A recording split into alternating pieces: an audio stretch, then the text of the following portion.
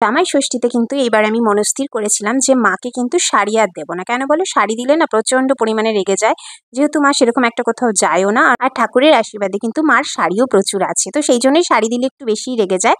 তো সেই জন্য এবার ভাবলাম যে একটা মার প্রয়োজনীয় জিনিসই উপহারে দেবো। হ্যালো বন্ধুরা, কেমন আছো সবাই? আশা করি তোমরা সকলেই খুব ভালো আছো। আমরাও কিন্তু বেশ ভালো আছি। তো এই যে দেখো, মাকে জামাই ষষ্ঠীতে উপহারে দেবো বলে যে বিপি মনিটর মেশিনটা আনিয়ে নিয়েছি, যেটা মার খুবই প্রয়োজন, কেন হাই প্রেশার আছে যেহেতু। আর তার সঙ্গে শাড়ি দেবো না, ওটা তো ভাবলে হয় না। তো এমনি ঘরে পরার জন্য, সবসময় রাফ ইউজের জন্য, যেহেতু মা একটু হালকা কালার পছন্দ করে, তো সেই জন্য এরকম একটা পিচ কালার বলতে পারো বা ক্যারেট কালারটাও বলতে পারো। তো সেই রকম একটা সুতির শাড়ি নিয়ে নিয়েছি। আর ওদিকে নিয়েছি হচ্ছে বৌদির জন্য নিয়েছি একটা কটনের 3 পিস। তো 3 পিসটা হচ্ছে কটনের 3 পিসটা ভীষণ, মানে কাপড়টা ভীষণ সফট ছিল, নরম। আর যা গরম এখন, মানে পরে আর কি আরাম পাবে দুইজনকে, ওই জন্য সুতির জিনিসই দিলাম, যা গরম। আর এদিকে দেখো, তোমাদের দাদাভাই কিন্তু মর্নিং শিফটে ডিউটি করে এসেছে। আর ওদিকে নিয়ে নিয়েছি মিষ্টি, দই মিষ্টি আর কোল্ড ড্রিঙ্কস নিয়েছি। আর ফল ফলাদি সেরকম কিছু নিলাম না। কেন বলো? ওই বাড়িতে তো ফল টল ওরা কাটবেই, মানে তোমাদের দাদাভাইকে তো দেবেই। আর সেরকম কেউ খায়ও না ফল টল অত। তো সেই জন্য সেগুলো আর নিইনি। আর প্রচণ্ড গরম, মানে এত গরম না, মানে বলার বাইরে। আর দেখো, ওই জন্য আমার মুখের ঠোকের অবস্থা তো মানে খুবই খারাপ। ঘামাচিতে পুরো মুখ গলা পুরো ভরে আছে। আর দেখো, গরমে আমি স্নান করে না মিকির একটা এরকম ব্যান্ড পরে নিয়েছি, যাতে চুলটা একটু উপরে ওঠানো থাকে, তাতে যেন একটু স্বস্তি পাই আর কি। আর এই যে আসার পরেই দেখো, তোমাদের দাদাভাই ডিউটি সেরে তারপরে আমরা আসলাম 3টের সময়। মর্নিং শিফটে ডিউটি সেরে এসেছে। আবার এখন বলছে কোনো রকম নাকে মুখে খেয়েই একটু রেস্ট নিতে পারবে কিনা, আবার সন্ধ্যের পরে নাইট শিফটে ডিউটি আছে।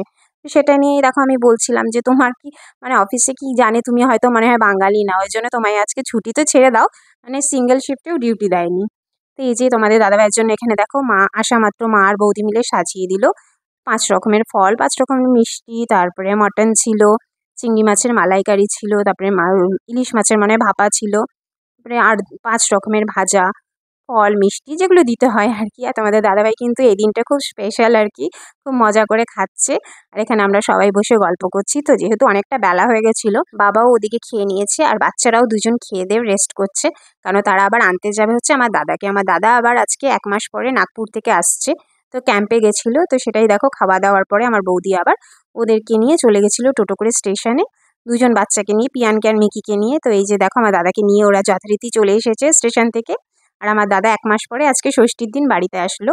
তো সেই জন্য আমার বৌদিও যেতে পারলো না ষষ্ঠীতে, তো বলছে যে সন্ধ্যাবেলার দিক করে ওরা হয়তো যেতে পারে। আর আমরা তো আর মানে বিকেলবেলার দিক করে আর আসতে পারবো না, কেন খাওয়া দাওয়া করে এখন চলে যাবো। তোমাদের দাদাভাইয়ের আবার সন্ধ্যেবেলায় ডিউটি আছে, মানে নাইট শিফটে। তো সেই জন্য খাবার দাবার আবার বললো যে, মা আর বৌদি বললো যে তাহলে রাতের খাবার দাবার একদম পাঠিয়ে দেবে সন্ধ্যের আগে আগে করে। আর পিয়ান আর মিকির তো আনন্দে ধরছে না, কেন মিকি পেয়েছে 1 মাস পরে মামানকে, আর পিয়ান পেলেও তার পাপাকে, ঠিক আছে। 1 মাস পরে নাগপুর থেকে এসেছে, আর এসে বলছে, দাদা বলছে ওখানে প্রচণ্ড গরম, প্রচণ্ড, মানে বলছে এত টেম্পারেচার, মানে থাকা যাচ্ছে না। আমি বলছি এবার এসে এখানের গরমটাও একটু অনুভব করো, এখানেও প্রচুর গরম বাবারে। আর এই যে দেখো, তারপরে আমরা তো বিকেলের দিক করে বাড়িতে চলেই এসেছিলাম।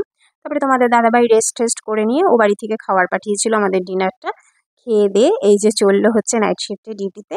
তো চলো, এই ছিল ষষ্ঠীর ব্লগটা। তোমাদের যদি ভালো লেগে থাকে তাহলে অবশ্যই ভালোবাসা দিও, সাপোর্ট করো, চ্যানেলটাকে সাবস্ক্রাইব করে দিয়ে প্লিজ আমার সঙ্গে থেকো। আর এই দেখো, এরকমই গেল ষষ্ঠীর দিন, মানে ডিউটি করতে করতেই কেটে গেল। যদিও বা বিয়ের 8 বছর হয়ে গেছে, তবু আর কি।